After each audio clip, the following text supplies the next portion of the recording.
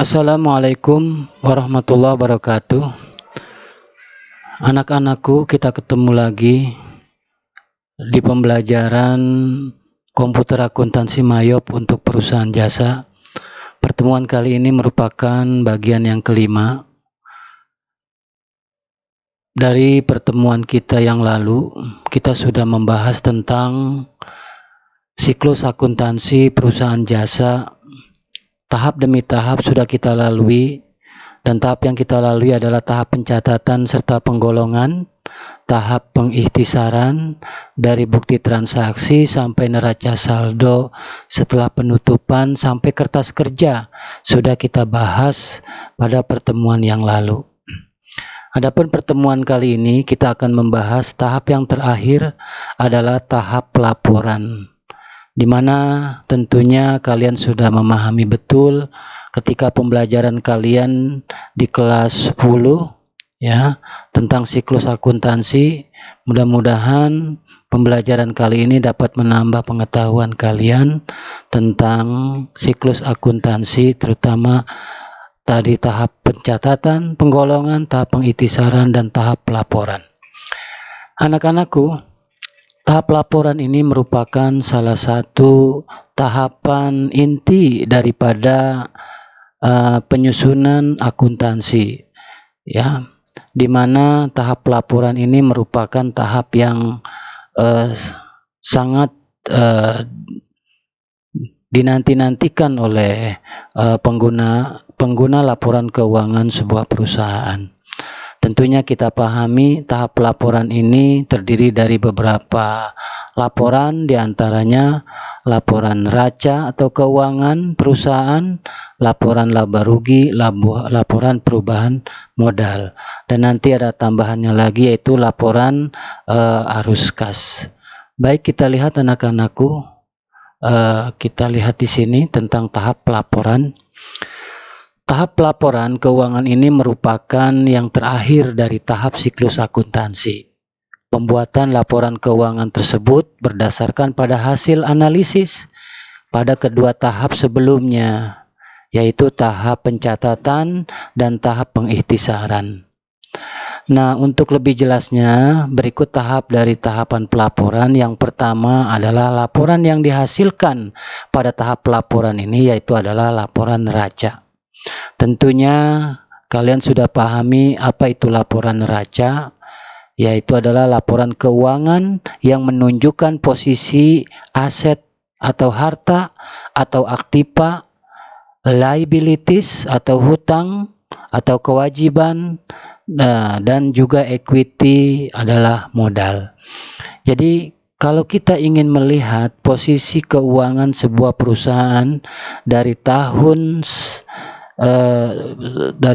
yang lalu dan sampai tahun yang sekarang atau tahun-tahun yang akan datang, analisanya tentunya kita akan lihat dari laporan neraca, karena laporan neraca ini menggambarkan posisi aktiva atau harta perusahaan, liabilities atau utang perusahaan, dan modal perusahaan. Itulah laporan neraca. Nah, yang kedua, laporan yang dihasilkan pada tahapan pelaporan yaitu adalah laporan laba rugi. Laporan keuangan yang terdiri dari seluruh beban. Jadi laporan laba rugi ini merupakan laporan keuangan yang terdiri dari beban-beban pengeluaran serta pendapatan, ya, sehingga memperoleh nilai laba atau rugi. Jadi di dalam laporan laba rugi ini, ya, kita bisa mengetahui apakah perusahaan itu laba atau rugi, atau bahasa sederhananya apakah itu perusahaan untung atau rugi. Nah, seperti itu.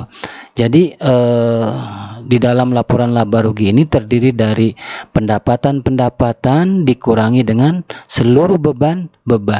Apabila pendapatan lebih besar daripada bebannya, maka itu dikatakan laba atau untung. Sedangkan apabila pendapatan lebih kecil daripada bebannya, maka perusahaan tersebut disebut rugi atau dikatakan rugi. Baik, kita lanjutkan, ya. Jadi sudah kita pahami apa itu neraca, apa itu laba rugi. Nah, yang selanjutnya adalah laporan perubahan modal. Laporan perubahan modal merupakan inti dari laporan keuangan yang berisi informasi tentang perubahan modal perusahaan. Misalnya, jumlah modal yang disetor di awal, saldo laba periode berjalan. Artinya, dari laporan perubahan modal ini kita ketahui modal akhirnya berapa. Waktu awal dulu seorang investor menyetor modal berapa, ya. Lalu setelah tahun berjalan memperoleh sebuah keuntungan sehingga modal yang disetornya pun jadi bertambah, sehingga penambahan modal tersebut dapat dilihat pada laporan perubahan modal. Yang selanjutnya adalah laporan arus kas atau cash flow, yang mana cash flow ini merupakan bagian dari laporan keuangan dalam periode tertentu yang berisi aliran dana kas, baik itu dana kas yang masuk maupun dana kas yang keluar, yang biasanya digolongkan berdasarkan baik aktivitas investasi, aktivitas operasi, serta aktivitas pendanaan. Artinya, berapa jumlah uang yang masuk, berapa jumlah uang yang keluar dari kegiatan-kegiatan operasi, dari kegiatan investasi perusahaan, dan juga dari kegiatan pendanaan perusahaan dapat dilihat dari laporan cash flow. Biasanya, seorang pemilik perusahaan akan lebih cenderung melihat laporan arus kas daripada laporan-laporan keuangan yang lainnya. Karena apa? Karena laporan arus kas ini mencerminkan hal-hal ya yang sifatnya itu real, biasanya seperti itu. Dan selanjutnya adalah catatan atas laporan keuangan. Apa itu catatan atas laporan keuangan?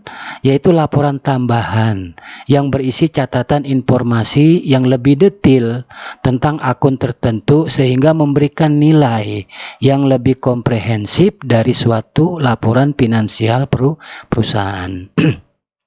Catatan laporan keuangan ini biasanya menggambarkan tentang perbandingan antara laporan keuangan tahun lalu dengan laporan keuangan berjalan atau tahun ini. Jadi ada perbandingan. Contoh misalnya kas tahun lalu dengan kas tahun sekarang. Apabila ada peningkatan kas, dijelaskan kenapa peningkatan. Pun juga apabila ada penurunan pun dijelaskan kenapa terjadi penurunan pada kas. Maka penjelasan-penjelasan tersebut antara tahun lalu dengan tahun sekarang atau tahun berjalan, baik ada peningkatan maupun ada penurunan, itu dijelaskan dalam catatan atas laporan keuangan. Catatan atas laporan keuangan ini memberikan gambaran kepada pembaca laporan keuangan sehingga lebih jelas ya, sehingga lebih jelas. Kenapa demikian? Karena yang membaca laporan keuangan ini tidak semuanya memahami tentang akuntansi, sehingga memerlukan catatan-catatan atau penjelasan-penjelasan terhadap laporan keuangan. Nah, itulah anak-anakku yang bisa dapat Bapak gambarkan tentang siklus akuntansi. Siklus akuntansi dari pencatatan, pengikhtisaran, serta pelaporan. Nah, bagi kalian seorang akunting, siklus akuntansi ini penting sekali. Ya, Bapak berharap siklus akuntansi ini kalian pelajari betul-betul ya, agar apa? Agar kalian dapat mudah memahami tentang akuntansi. Nah, itu saja pertemuan yang kelima ini dari Bapak. Siklus akuntansi sudah selesai kita bahas. Nanti setelah ini baru kita masuk pada tahap pembelajaran yang inti, yaitu tentang mayop akuntansi perusahaan jasa. Ya. Mudah-mudahan kalian semua sehat selalu ya. COVID-19 ini kita berdoa agar segera cepat selesai. Salam untuk orang tua kalian, jaga kesehatan kalian. Billahi taufiq wal hidayah. Wassalamualaikum warahmatullahi wabarakatuh.